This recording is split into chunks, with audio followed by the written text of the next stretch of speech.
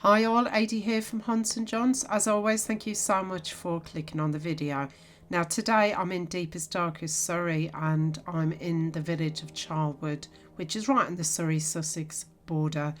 I found this sign that says Chapel Road, so of course I had to go and explore. So I took a walk down this lane and as you can see there's fields stretching out beyond, and Gatwick Airport is only a couple of miles from here, so you could see and hear those in the distance. And quite unexpectedly, here it is on a bridle path. It's a wooden chapel and it looks so out of place here, doesn't it? Because usually you find brick or stone churches. I think this is one of the first wooden ones I've ever found in this country. This is called Providence Chapel. So as I said, we're in Charlwood in Surrey, and its unusual wooden exterior immediately makes you curious, but the story behind it is even more surprising. So originally this building wasn't a chapel at all. Around 1797 it was built as a guard room, believe it or not, and an officer's mess in a barracks in Horsham, which isn't too far away. It's probably about 10 miles away from here, and this was during the Napoleonic Wars and when Britain was preparing itself for possible invasion by Napoleon. When the war ended, the barracks were abandoned, but this timber building was spared. It was dismantled, transported by horse-drawn wagons and reassembled here in Charlwood on the 15th of November 1816, and it then reopened as a place of worship, and it was first called the Charlwood Union Chapel. The chapel was established by Mr. Joseph Flint, and he was a local farmer and a shopkeeper, and he wanted a dedicated space for a Protestant nonconformist worship, and services were initially Calvinistic and they were later associated with the strict Baptist tradition.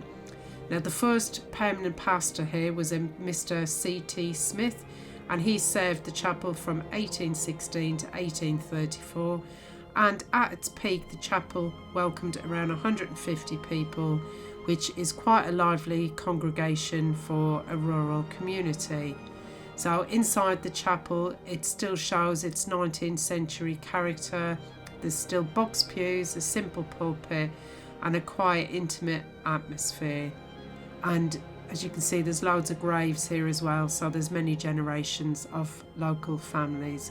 Now the church was locked up, but I know they do have open days throughout the year, so if you want to explore the place a little bit more then do check out the website. So in the 21st century the congregation had really dwindled and there was only one last member, Jane Eade. I apologise if I've said that incorrectly. I have seen that name here on some of the graves, so it was obviously quite a few generations in the area. And I just opened the shutters here and had a quick look inside, although with the reflection and that you can't really see that much, but it was worth just having a quick peek inside. You can see the kitchen here. So Jane Eade could no longer manage the chapel, and in 2013 a new charity called the Providence Chapel Charlwood Trust, they bought it for just £1 and ensured its preservation. Just closing up the shutters here. And then there was another one here, another window with the shutters. And actually, look, I've just found all this graffiti. You can see there's many years of paint over the top. Very curious. But you find that everywhere, don't you? On churches as well.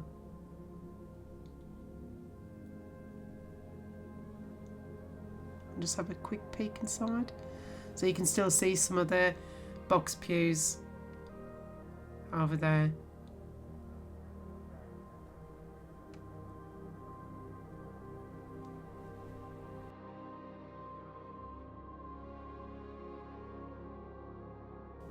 The chapel was also placed on the Historic England Heritage at Risk Register due to its poor condition.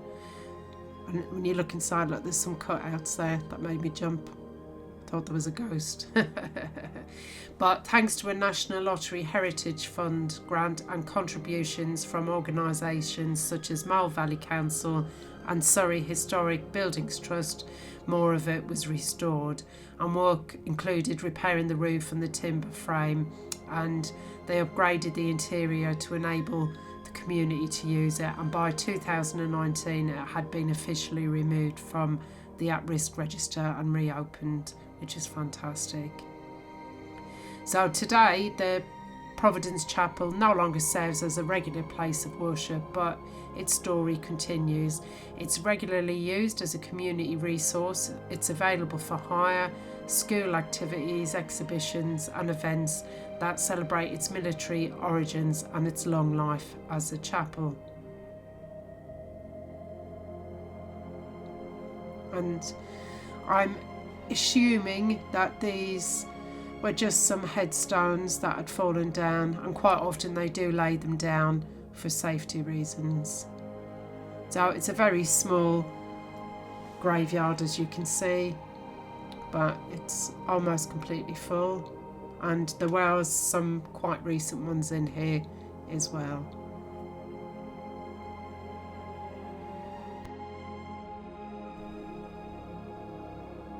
There's many generations, as I said, of the same families buried here. But Providence Chapel isn't just a building, it's got such an interesting history, hasn't it? Where from its journey from military barracks to a place of worship, and now as a community landmark. And had some beautiful yew trees. So there was this one. And then when we head over to the left, I did spot an old iron grave marker, which was really lovely. And as it stands quietly here in Charlwood, it's like a wooden witness to history, and it looks so out of place here. I think it's like something I've seen in New England or somewhere in a small town in America. Certainly didn't expect to find this down a quiet bridle way in a quiet part of Surrey.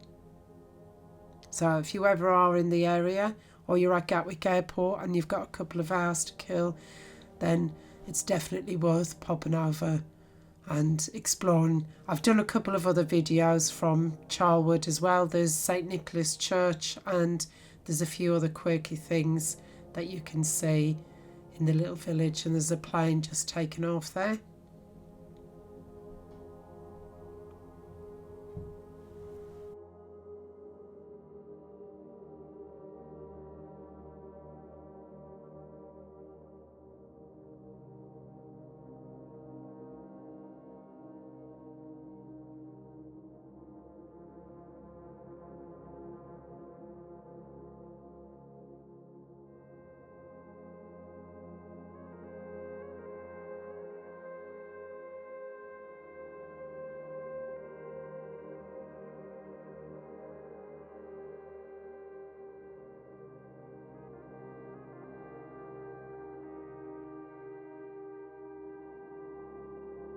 I'm going to wrap the video up here. I do hope you enjoyed my trip to Charlwood and all the different little interesting things that has on offer. I've done a separate video about the church, St Nicholas, because there was a lot going on there and it was too much to put into one video. If you did enjoy today's video, if you could please like and subscribe, I really would appreciate it. And if you want to support the channel a little bit more, you can hit the Buy Me a Coffee link down below. But there's no obligation. I appreciate anyone that even just watches. But if you interact with it, it really helps my algorithm. So thanks again. And stay warm. Hopefully by the time you've seen this, the snow will have melted. You hear all the birdies? Cute to hear, isn't it? Especially when it's this cold. Anyway, I digress. I'm babbling on as per usual. I shall see you for the next one. Might be a haunt, might be a jaunt, might be a weird place. Who knows? And let me add to that, sorry. Honestly, this is the last thing. If you do know of anywhere that's interesting, haunted, got a creepy story, then do drop me a line in the comments. I'm always interested, always finding out new places. So I'm just moving out of the way of the car. Anyway, I'm definitely going now. Bye bye.